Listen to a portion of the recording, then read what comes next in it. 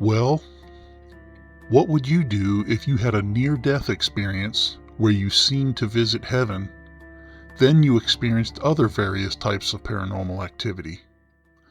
I'm talking about seeing apparitions and shadow figures and hearing many various types of unexplained noises.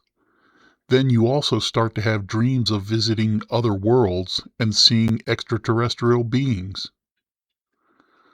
Well, that's what happened to me. It started back in the autumn of 2004 with my NDE and continued on from there. Over the last year or so, I saw a person who interviewed 3 people who had an NDE. All 3 of those folks said that they too had seen ghosts and had close encounters with UFOs and extraterrestrial beings. Similar things had started to happen to me as well. During the last episode, I talked about dreams where I flew in a spaceship and then saw a sister ship abandoned out in space, and I also visited other worlds. Today I'll be continuing these stories, and I'll be talking about some other things I saw. So let's get started.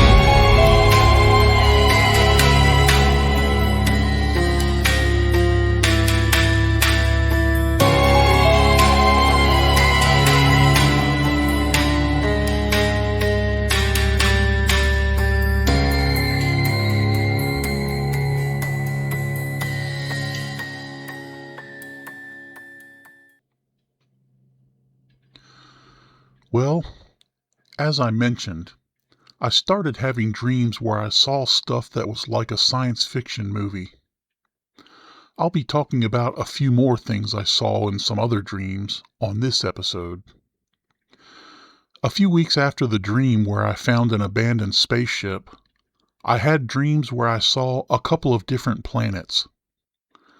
As I was in another dream, I had the notion that our ship's sensors had shown evidence of another ship that flew away from the ship I found. That other ship flew away from the abandoned sister ship. The sensors showed that the other spacecraft traveled through space to another solar system. So we flew our ship to that solar system and detected that the other ship had flown to a planet in that system.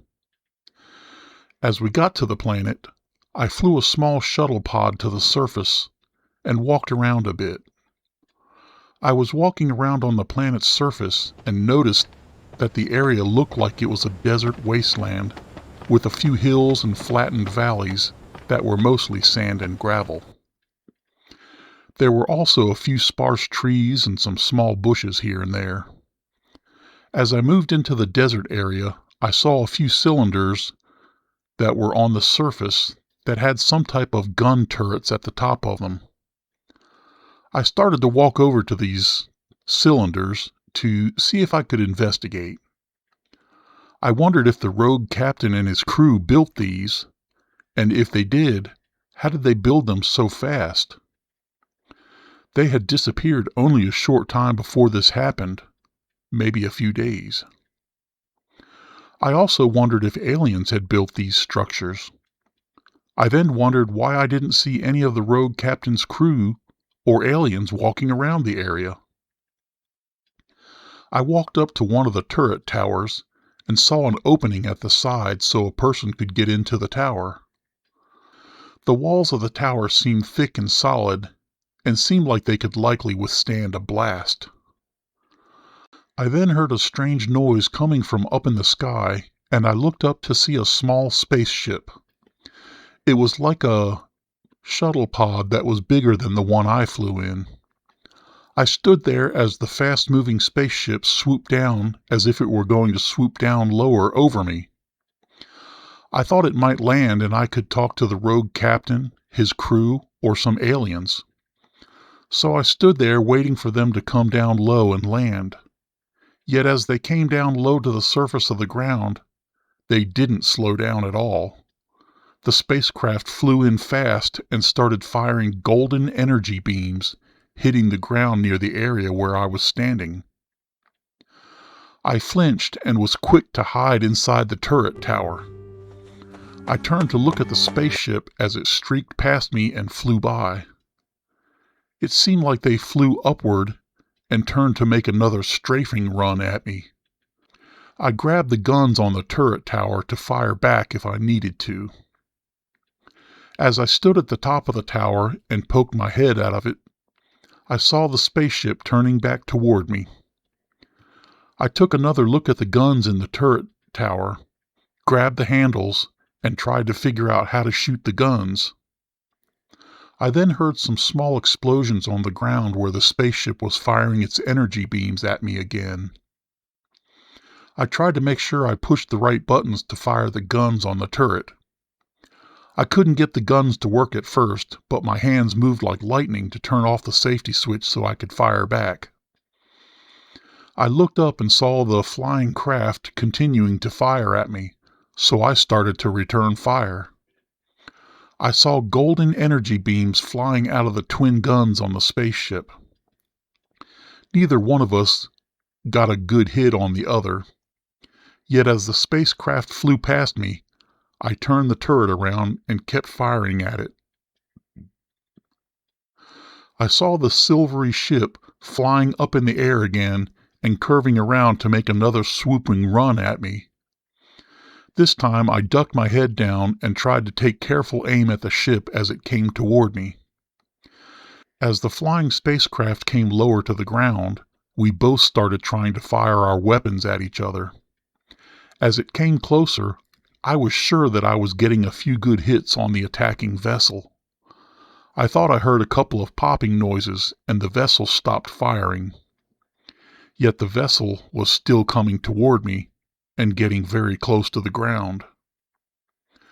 I then suspected that the pilot of the vessel was going to try to ram their ship into the tower I was standing in. So I sprang into action and climbed to the top rim of the tower. As the spacecraft was about to hit the tower, I jumped away with all my strength. I was hoping to get as far away from the impact and explosion as possible. Yet as it hit, the explosion pushed me through the air much further than I had intended to jump. As the explosion pushed me through the air, I could feel the strong wind and heat from the blast. It felt like it almost gave me whiplash. I tried to adjust my arms and legs so I wouldn't hit the ground at an odd angle or break my neck. Yet I couldn't control how I fell through the air or the way I was about to land on the ground. All I remember is that it seemed like I was about to do a belly flop and land face first in the sand. The next thing I knew, I was opening my eyes as I lay there on the ground looking up at the sky. It seemed very difficult to stay conscious as my crewmen walked up to me and were picking me up to carry me back to our shuttle pod. They were telling me that I would be okay and that they were taking me away to get me some medical attention. I had a strong suspicion that the spacecraft firing at me was the rogue captain or his crew. I lacked definitive evidence because the spacecraft got obliterated upon impact. There were no biological remains found either. The explosion completely obliterated any and all evidence. As my crewmen carried me away on a stretcher, everything faded to black. But I then saw a quick flash of white light. I then woke up in my bed in my bedroom. As I went about my daily routine over the next few days, I wondered why I kept having these dreams. The dreams were like science fiction movies, but I kept having science fiction themed dreams over and over again. I wondered why I kept dreaming of other worlds, and I wondered what happened to that rogue captain. I started to wonder if I would ever track down that rogue captain in my dreams. It was almost like I was living out a science fiction television series or a series of movies. I still thought these dreams were entertaining, and I hoped I wasn't having dreams due to excessive stress. I was also hoping that the stress hadn't made me mentally unstable. As I thought more about the dreams I was having, I thought that it seemed like this was an unfolding saga. It really did seem more and more like it was a television series or a series of movies. It seemed like I kept having dreams about space exploration and possible interaction with extraterrestrials. I could hardly wait to see what happened in the next dream. I had no idea what I would see or what would happen next. Whatever caused the dreams, it sure did seem to be turning into quite a story. Although at this point, I still didn't know what to make of it all. As I went about my daily routine over the next few days, I wondered why I kept having these dreams. The dreams were like science fiction movies, but I kept having science fiction themed dreams over and over again. I wondered why I kept dreaming of other worlds, and I wondered what happened to that rogue captain. I started to wonder if I would ever track down that rogue captain in my dreams. It was almost like I was living out a science fiction television series or a series of movies. I still thought these dreams were entertaining, and I hoped I wasn't having dreams due to excessive stress. I was also hoping that the stress hadn't made me mentally unstable. As I thought more about the dreams I was having, I thought that it seemed like this was an unfolding saga. It really did seem more and more like it was a television series or a series of movies. It seemed like I kept having dreams about space exploration and possible interaction with extraterrestrials. I could hardly wait to see what happened in the next dream. I had no idea what I would see or what would happen next. Whatever caused the dreams, it sure did seem to be turning into quite a story. Although at this point, I still didn't know what to make of it all. A few weeks went by, and I wondered what I would see in the next dream. I figured that there would likely be another dream because I was still working in a stressful job. The situation at the job was still continuing to go downhill and was getting more stressful as the weeks went by. Through the next few weeks, I would catch myself daydreaming and wondering what my next dream might reveal. I wondered if it might reveal more about the missing rogue captain and his crew. I had found the missing spaceship and all the crew seemed to have abandoned it. I also wondered if I would travel to another alien world in the next dream. Then, one night I had another similar type of science fiction dream, and I visited another planet. My ship's sensors showed that a spaceship had left the last world I visited, and the trail led to this world. As we got to the planet, and were in orbit over the planet, our sensors detected a building structure on the surface of the planet. I wanted to go investigate, so I flew in my shuttle pod with some other crewmen and went to the planet's surface.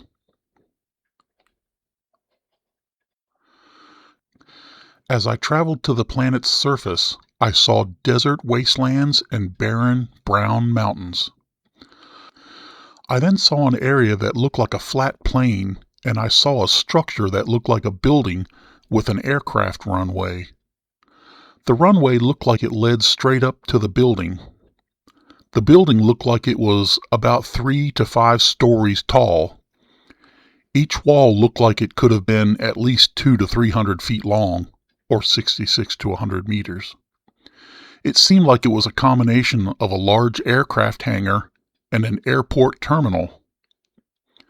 I didn't know how the rogue captain and his crew could have built it in the period of time since they had disappeared. I wondered if he had a lot more help than I suspected, or if there was an extraterrestrial influence. As we came in for a landing, I flew our shuttle pod on a slow approach to the front of the building. I made a soft, slow landing about 50 feet or 16 meters from the front of the building. The front of the building had what looked like a large hangar door that was left open. As I got out of my shuttle pod, I was slow and cautious as I walked toward the large open doorway. I walked into the open doorway and was hoping I could talk to the missing captain. I hoped we could talk in a peaceful manner to work some things out. I kept 2 crewmen with me and another 2 with the shuttle pod. I went into what looked like a large hangar bay, and I moved very carefully as I walked across the room. I made sure the 2 crewmen I had with me stayed close and carefully looked around as we walked further. I noticed on the back wall of the hangar bay was a door to enter the other part of the building. I made my way over to the door, and it opened on its own right in front of me. I jumped to the side in case anyone might come to attack us. My crewmen also jumped to the side with me. We slowly peeked around the corner, but didn't see anyone. As I looked into the doorway, I saw that there was a hallway that went to the right, but there was a wall to the left. So I slowly stepped through the doorway and tried to look around before I proceeded forward. As I looked further down the hallway, it looked like it was at least 50 to 70 feet long, or about 16 to 23 meters. The hallway then took a 90-degree turn to the left.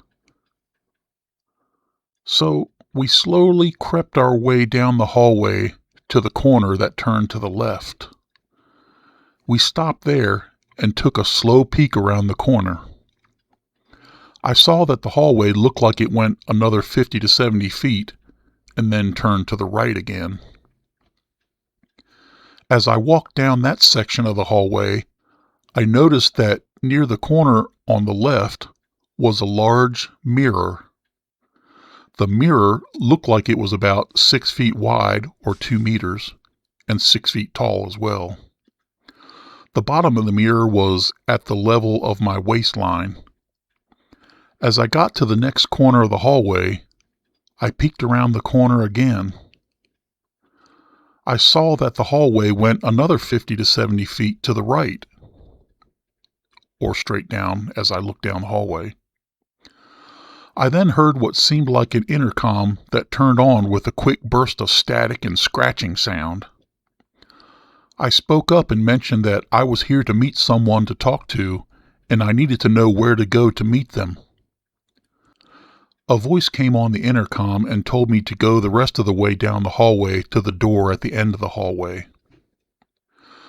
I turned and continued to walk the rest of the way down to the end of the hallway, where I came to another door. As I approached the door, it opened by itself. I flinched back a bit, since I still didn't know if I would get attacked by the rogue captain and his crewmen. Yet I slowly leaned forward to look into the large room, and I saw large crates stacked in different places in the room. It looked like there was a wide walkway through the center of the room. The walkway led through the middle of the room and crisscrossed both ways. Each walkway led to the midway point on the opposite wall with sets of automatic sliding doors. I walked to the middle of the room and stepped to the side a bit in case any attackers came into the room. I also wanted to be in a good position to take cover and defend myself. The stacks of crate divided the room into 4 quadrants with aisles that went around them. So I wanted to be able to step into an empty aisle in case we got attacked. We stood in the middle of the large room where the aisles intersected. We looked in each direction and saw sliding metal doors in all 4 directions. I looked back and forth to try to figure out where we should go. I also wondered if we should wait there to see if anyone wanted to approach us and talk peacefully. I saw a door open to the right, and a short, stocky person in a type of strange-looking clothing walked through the doorway. It looked like the shirt was far too large and was almost like a robe that got tucked into the person's pants. Yet the pants were almost like a robe that had been altered to be in the shape of loose-fitting pants. The person was also wearing a long, raggedy, thin mesh coat over the loose shirt.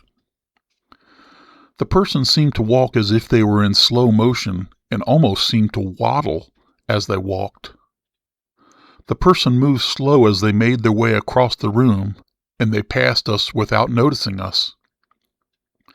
They continued to walk straight across the room. They left through the door on the opposite side of the room. Once they walked out and kept walking, the door closed with a swoosh sound.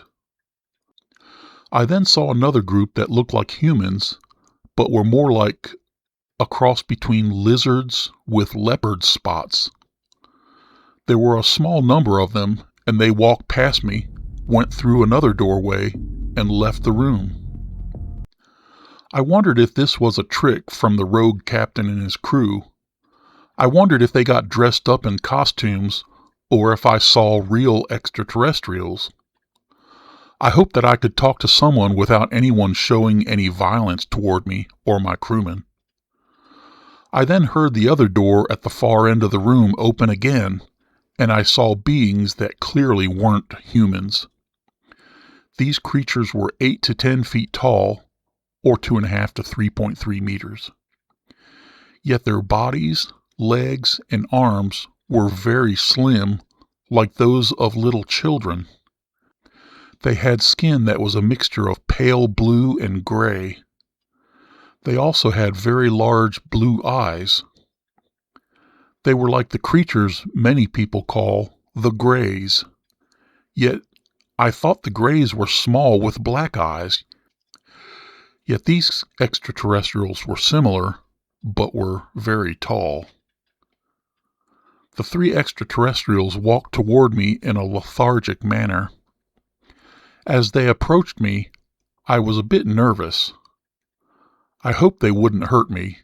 I also hoped that if they tried to talk to me, they had some type of universal translator. As these tall gray creatures approached, I spoke up and asked them if they were the ones I should talk to. They told me that, yes, they wanted to talk to me about some things. They mentioned that they could tell that I had more inner peace than most humans. They seemed interested in how I had so much more inner peace than the average human. At first, I was a bit confused that this was all they wanted to talk about. I then remembered that it had to do with the time I learned how to love other people right before I had a near-death experience. I also remembered the books that helped me learn about God's love and how to love other people. I started to have a casual conversation with these beings. I told them about the books I read and how they changed my perspective. I also told them about how I had dedicated my life to that type of love and how it changed my life.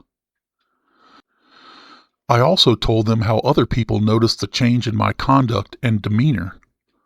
I also mentioned that my friends told me that it seemed like I was a completely different person after that.